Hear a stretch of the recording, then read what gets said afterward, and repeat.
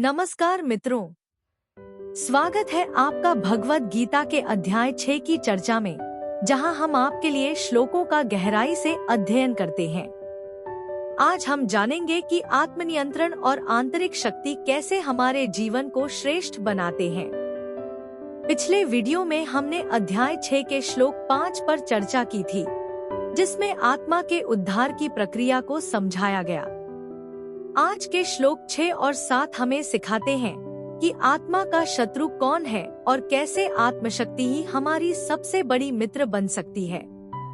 भगवान श्री कृष्ण कहते हैं, जो व्यक्ति आत्मा को जीत लेता है वही अपने जीवन का स्वामी बनता है। हम लेके आए हैं आपके लिए एक खास ऑफर। अधिक जानकारी के लिए बने रहे हमारे साथ। श्री हरि बोलो। ग्रंथराज श्रीमद् भगवद गीता जी की जय। श्री परमात्मने नमः। गीता सुगीता कर्तव्या किमन्यः शास्त्र विस्तरया या स्वयं पद्मनाभस्य मुख पद्माद्विनयः श्रिता। अथ ध्यानम्। शांताकारं भुजग शयनं पद्मनाभं सुरेशं विश्व आधारं गगन सदृशं मेघवर्णं शुभांगम। लक्ष्मी कांता कमल नयन योगिभिः ध्यान गम्यम वंदे विष्णु भव भयहरम सर्व लोकैकनाथम। यम ब्रह्मा वरुणेन्द्र रुद्रमृतः स्तुन्वन्ति दिव्यैः स्तवैर् वेदैः सांग पद क्रमोपनिषदे गायन्ति यं सामगाः। ध्यान अवस्थित तद्गतेन मनसा पश्यन्ति य योगिनो यस्यान्तं न विदुः सुर असुरगणा देवाय तस्मै नमः। वसुदेव सुतं देव कंस चाणूर मर्दनम देवकी परमानंदम कृष्ण वंदे जगद्गुरुम। भगवत गीता अध्याय 6 श्लोक 6 से 7। आप ही अपना मित्र है और आप ही अपना शत्रु है, इस पूर्वोक्त रहस्य का प्रतिपादन। श्लोक 6। बंधुरात्मात्मनस्तस्य येनात्मैवात्मना जितः अनात्मनस्तु शत्रुत्वे वर्तेतात्मैव शत्रुवत्। उच्चारण की विधि। बंधुः आत्मा, आत्मनः तस्य, येन आत्मा एव आत्मना, जितः अनात्मनः तु शत्रुत्वे वर्तेत आत्मा एव शत्रुवत्। 6। शब्दार्थ। येन अर्थात जिस, आत्मना अर्थात जीवात्मा द्वारा, आत्मा अर्थात मन और इंद्रियों सहित शरीर, जितः अर्थात जीता हुआ है, तस्य अर्थात उस, आत्मना अर्थात जीवात्मा का, तो वह, आत्मा अर्थात आप, एव अर्थात ही, बंधुः अर्थात मित्र है, तू अर्थात और, अनात्मना अर्थात जिसके द्वारा मन तथा इंद्रियों सहित शरीर नहीं जीता गया है, उसके लिए वह, आत्मा अर्थात आप, एव अर्थात ही, शत्रुवत अर्थात शत्रु के सदृश, शत्रुत्वे अर्थात शत्रुता में, वर्तेत अर्थात बरतता है। अर्थ। जिस जीवात्मा द्वारा मन और इंद्रियों सहित शरीर जीता हुआ है, उस जीवात्मा का तो वह आप ही मित्र है, और जिसके द्वारा मन तथा इंद्रियों सहित शरीर नहीं जीता गया है, उसके लिए वह आप ही शत्रु के सदृश शत्रुता में बरतता है। 6।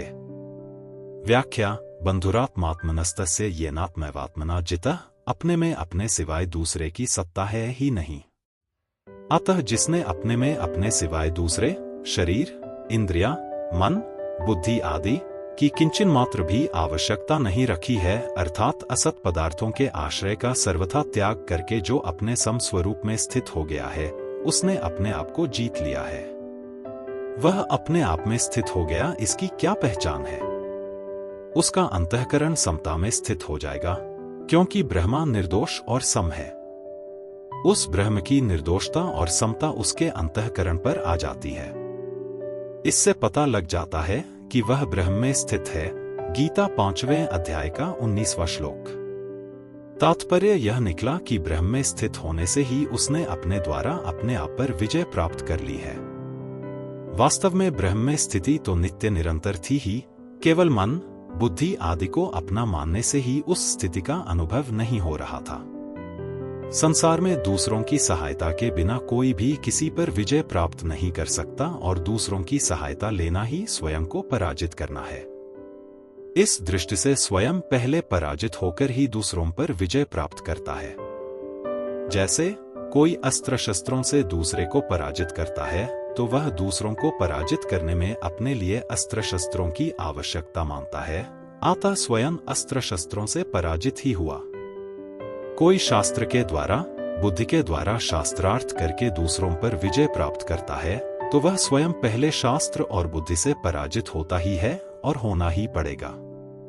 तात्पर्य यह निकला कि जो किसी भी साधन से जिस किसी पर भी विजय करता है वह अपने आप को ही पराजित करता है।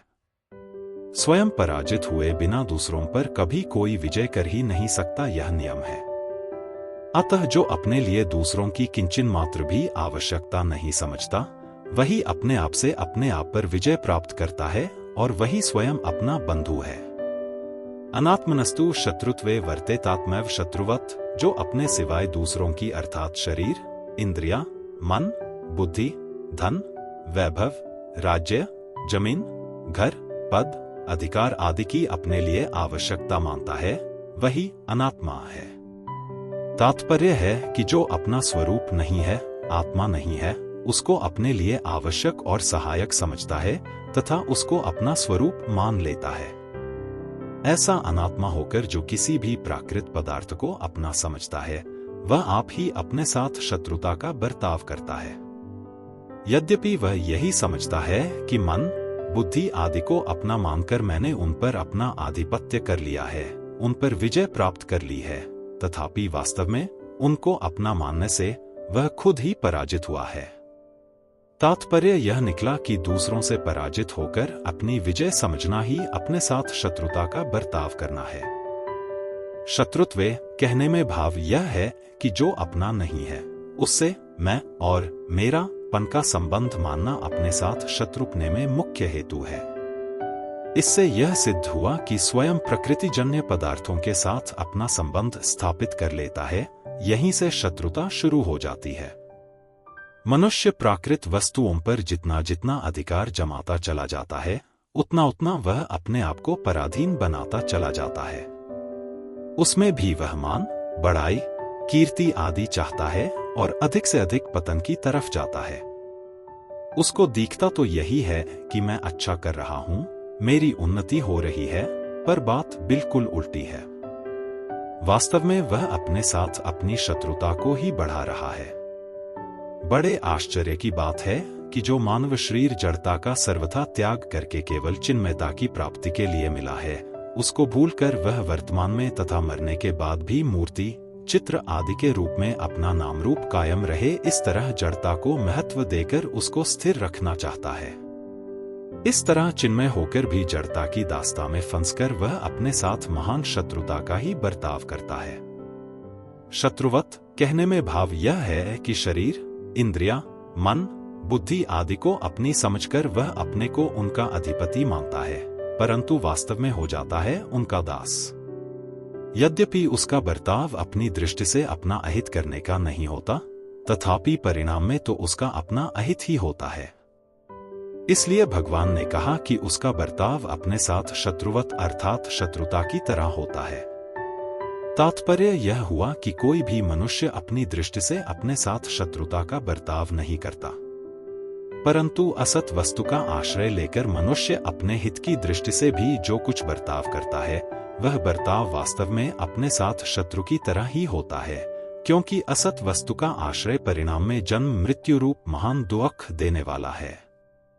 परिशिष्ट भाव शरीर में मैं मेरापन न रहे तो आप ही अपना मित्र है, और शरीर को मैं मेरा माने तो आप ही अपने शत्रु की तरह है, अर्थात अनात्मा को सत्ता देने से उसका परिणाम शत्रु की तरह ही होगा। शत्रुवत जो नुकसान शत्रु करता है, वही नुकसान वह खुद अपना करता है। वास्तव में भोगी मनुष्य अपना जितना नुकसान करता है, उतना शत्रु भी नहीं कर सकता। वास्तविक दृष्टि से देखा जाए तो शत्रु के द्वारा हमारा भला ही होता है, वह हमारा बुरा कर ही नहीं सकता, कारण कि वह वस्तुओं तक ही पहुंचता है, स्वयं तक पहुंचता ही नहीं। अतः नाशवान के नाश के सिवाय और वह कर ही क्या सकता है। नाशवान के नाश से हमारा भला ही होगा। वास्तव में हमारा नुकसान हमारा भाव बिगड़ने से ही होता है। संबंध अपने द्वारा अपनी विजय करने का परिणाम क्या होता है, इसका उत्तर आगे के 3 श्लोकों में देते हैं। शरीर, मन, इंद्रियादि को जीतने का फल। श्लोक 7। जितात्मनः प्रशांतस्य परमात्मा समाहितः। शीतोष्ण सुख दुखेषु तथा मानापमान्योः। उच्चारण की विधि जितात्मनः प्रशांतस्य परमात्मा समाहितः शीतोष्ण सुख दुखेषु तथा मान अपमान्योः। 7 शब्दार्थ शीतोष्ण सुख दुखेषु अर्थात सर्दी गर्मी और सुख दुख आदि में, तथा अर्थात तथा, मानापमान्योः अर्थात मान और अपमान में, प्रशांतस्य अर्थात जिसके अंतःकरण की वृत्तियां भली भांति शांत हैं, ऐसे, जितात्मनः अर्थात स्वाधीन आत्मा वाले पुरुष के ज्ञान में, परमात्मा अर्थात सच्चिदानंदघन परमात्मा, समाहितः अर्थात सम्यक प्रकार से स्थित हैं, अर्थात उसके ज्ञान में परमात्मा के सिवा अन्य कुछ है ही नहीं। अर्थ सर्दी गर्मी और सुख दुख आदि में तथा मान और अपमान में जिसके अंतःकरण की वृत्तियां भली भांति शांत हैं, ऐसे स्वाधीन आत्मा वाले पुरुष के ज्ञान में सच्चिदानंदघन परमात्मा सम्यक प्रकार से स्थित है, अर्थात उसके ज्ञान में परमात्मा के सिवा अन्य कुछ है ही नहीं। 7 व्याख्या 6ठे श्लोक में अनात्मनः पद और यहाँ जितात्मनः पद आया है। इसका तात्पर्य है कि जो अनात्मा होता है वह शरीर आदि प्राकृत पदार्थों के साथ मैं और मेरापन करके अपने साथ शत्रुता का बर्ताव करता है, और जो जितात्मा होता है वह शरीर आदि प्राकृत पदार्थों से अपना संबंध न मानकर अपने साथ मित्रता का बर्ताव करता है। इस तरह अनात्मा मनुष्य अपना पतन करता है और जितात्मा मनुष्य अपना उद्धार करता है। जितात्मनः जो शरीर, इंद्रिया, मन, बुद्धि आदि किसी भी प्राकृत पदार्थ की अपने लिए सहायता नहीं मानता और उन प्राकृत पदार्थों के साथ किंचन मात्र भी अपनेपन का संबंध नहीं जोड़ता, उसका नाम जितात्मा है। जितात्मा मनुष्य अपना तो हित करता ही है, उसके द्वारा दुनिया का भी बड़ा भारी हित होता है। शीतोष्ण सुख दुखेषु प्रशांतस्य, यहाँ शीत और उष्ण इन दोनों पदों पर गहरा विचार करें तो ये सर्दी और गर्मी के वाचक सिद्ध नहीं होते, क्योंकि सर्दी और गर्मी ये दोनों केवल त्वगिंद्रिय के विषय हैं। अगर जितात्मा पुरुष केवल एक त्वगिंद्रिय के विषय में ही शांत रहेगा तो श्रवण, नेत्र, रसना और घ्राण इन इंद्रियों के विषय बाकी रह जाएंगे, अर्थात इनमें उसका प्रशांत रहना बाकी रह जाएगा, तो उसमें पूर्णता नहीं आएगी। अतः यहाँ शीत और उष्ण पद अनुकूलता और प्रतिकूलता के वाचक हैं। शीत अर्थात अनुकूलता की प्राप्ति होने पर भीतर में एक तरह की शीतलता मालूम देती है, और उष्ण अर्थात प्रतिकूलता की प्राप्ति होने पर भीतर में एक तरह का संताप मालूम देता है। तात्पर्य है कि भीतर में न शीतलता हो और न संताप हो, प्रत्युत एक समान शांति बनी रहे, अर्थात इंद्रियों के अनुकूल प्रतिकूल विषय, वस्तु, व्यक्ति, घटना, परिस्थिति आदि की प्राप्ति होने पर भीतर की शांति भंग न हो। कारण कि भीतर में जो स्वतः सिद्ध शांति है वह अनुकूलता में राजी होने से और प्रतिकूलता में नाराज होने से भंग हो जाती है। अतः शीत उष्ण में प्रशांत रहने का अर्थ हुआ कि बाहर से होने वाले संयोग वियोग का भीतर असर ना पड़े। अब यह विचार करना चाहिए कि सुख और दुख पद से क्या अर्थ लें। सुख और दुख दो तरह के होते हैं। एक साधारण लौकिक दृष्टि से जिसके पास धन संपत्ति वैभव स्त्री पुत्र आदि अनुकूल सामग्री की बहुलता हो उसको लोग सुखी कहते हैं। जिसके पास धन संपत्ति वैभव स्त्री पुत्र आदि अनुकूल सामग्री का अभाव हो उसको लोग दुखी कहते हैं। 2 जिसके पास बाहर की सुखदायी सामग्री नहीं है वह भोजन कहाँ करेगा इसका पता नहीं है, पास में पहनने के लिए पूरे कपड़े नहीं है, रहने के लिए स्थान नहीं है, साथ में कोई सेवा करने वाला नहीं है। ऐसी अवस्था होने पर भी जिसके मन में दुख संताप नहीं होता और जो किसी वस्तु व्यक्ति परिस्थिति आदि की आवश्यकता का अनुभव भी नहीं करता, प्रत्युत हर हालत में बड़ा प्रसन्न रहता है, वह सुखी कहलाता है। परंतु जिसके पास बाहर की सुखदायी सामग्री पूरी है, भोजन के लिए बढ़िया से बढ़िया पदार्थ हैं, पहनने के लिए बढ़िया से बढ़िया कपड़े हैं, रहने के लिए बहुत बढ़िया मकान है, सेवा के लिए कई नौकर हैं, ऐसी अवस्था होने पर भी भीतर में रात दिन चिंता रहती है कि मेरी यह सामग्री कहीं नष्ट न हो जाए, यह सामग्री कायम कैसे रहे, बढ़े कैसे आदि। इस तरह बाहर की सामग्री रहने पर भी जो भीतर से दुखी रहता है वह दुखी कहलाता है। उपर्युक्त दो प्रकार से सुख दुख कहने का तात्पर्य है बाहर की सामग्री को लेकर सुखी दुखी होना और भीतर की प्रसन्नता खिन्नता को लेकर सुखी दुखी होना। गीता में जहां सुख दुख में सम होने की बात आई है वहां बाहर की सामग्री में सम रहने के लिए कहा गया है, जैसे सम दुख सुख 12, 13, 14, 24, शीतोष्ण सुख दुखेषु सम 12, 18 आदि। जहां सुख दुख से रहित होने की बात आई है वहां भीतर की प्रसन्नता और खिन्नता से रहित होने के लिए कहा गया है, जैसे द्वंद्व विमुक्ता सुख दुख संज्ञा 15, 5 आदि। जहां सुख दुख में सम होने की बात है वहां सुख दुख की सत्ता तो है पर उसका असर नहीं पड़ता, और जहां सुख दुख से रहित होने की बात है वहां सुख दुख की सत्ता ही नहीं है। इस तरह चाहे बाहर की सुखदायी दुखदायी सामग्री प्राप्त होने पर भीतर से सम होना कहें, चाहे भीतर से सुख दुख से रहित होना कहें, दोनों का तात्पर्य एक ही है, क्योंकि सम भी भीतर से है और रहित भी भीतर से है। यहाँ शीतोष्ण और सुख दुख में प्रशांत सम रहने की बात कही गई है। अनुकूलता से सुख होता है अनुकूल वेदनियन सुखम, और प्रतिकूलता से दुख होता है प्रतिकूल वेदनियन दुखम। इसलिए अगर शीत उष्ण का अर्थ अनुकूलता प्रतिकूलता लिया जाए तो सुख दुख कहना व्यर्थ हो जाएगा, और सुख दुख कहने से शीत उष्ण कहना व्यर्थ हो जाएगा, क्योंकि सुख दुख पद शीत उष्ण अनुकूलता प्रतिकूलता के ही वाचक हैं। फिर यहाँ शीतोष्ण और सुख दुख पदों की सार्थकता कैसे सिद्ध होगी? इसके लिए शीतोष्ण पद से प्रारब्ध के अनुसार आने वाली अनुकूलता प्रतिकूलता को लिया जाए और सुख दुख पद से वर्तमान में किए जाने वाले क्रियमाण कर्मों की पूर्ति तथा उनके तात्कालिक फल की सिद्धि असिद्धि को लिया जाए तो इन पदों की सार्थकता सिद्ध हो जाती है। तात्पर्य यह निकला कि चाहे प्रारब्ध की अनुकूल प्रतिकूल परिस्थिति हो, चाहे क्रियमाण की तात्कालिक सिद्धि हो, इन दोनों में ही प्रशांत निर्विकार रहे। इस प्रकरण के अनुसार भी उपर्युक्त अर्थ ठीक दिखता है, कारण कि इसी अध्याय के चौथे श्लोक में आए नेन्द्रियार्थेषु अनुषज्यते पद को यहाँ शीतोष्ण पद से कहा गया है, और न कर्मसु अनुषज्यते पदों को यहाँ सुख दुख पद से कहा गया है, अर्थात वहाँ प्रारब्ध के अनुसार आई हुई अनुकूल प्रतिकूल परिस्थिति में और क्रियमाण कर्मों की पूर्ति अपूर्ति तथा तात्कालिक फल की सिद्धि में आसक्ति रहित होने की बात आई है, और यहाँ उन दोनों में प्रशांत होने की बात आई है। तथा मानापमान्यो ऐसे ही जो मान अपमान में भी प्रशांत है। अब यहाँ कोई शंका करे कि मान अपमान भी तो प्रारब्ध का फल है, अतः यह शीतोष्ण अनुकूल प्रतिकूल परिस्थिति के ही अंतर्गत आ गया, फिर इसको अलग से क्यों लिया गया? मान अपमान को अलग से इसलिए लिया गया है कि शीतोष्ण तो दैवेच्छा अनिच्छा कृत प्रारब्ध का फल है, पर मान अपमान परेच्छाकृत प्रारब्ध का फल है।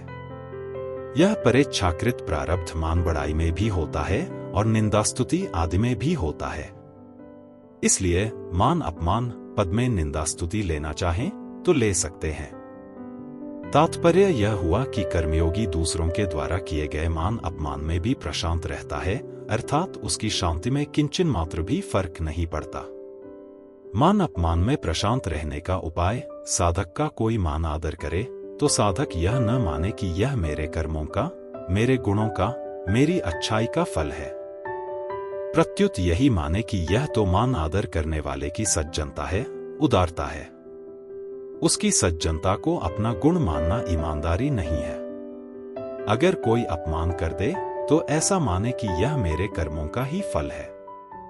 इसमें अपमान करने वाले का कोई दोष नहीं है, प्रत्युत वह तो दया का पात्र है, क्योंकि उस बेचारे ने मेरे पापों का फल भुगताने में निमित्त बनकर मेरे को शुद्ध कर दिया है।